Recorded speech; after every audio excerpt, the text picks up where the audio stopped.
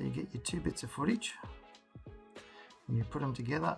You have the transition about there like that, or the crossover about there, and then so you might have to shorten your footage on either side. This is using Clipchamp. You go over to the transition section and use a soft left or right wipe, and you drag that into the appropriate spot.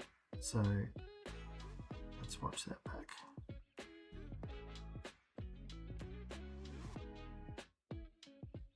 Perfect.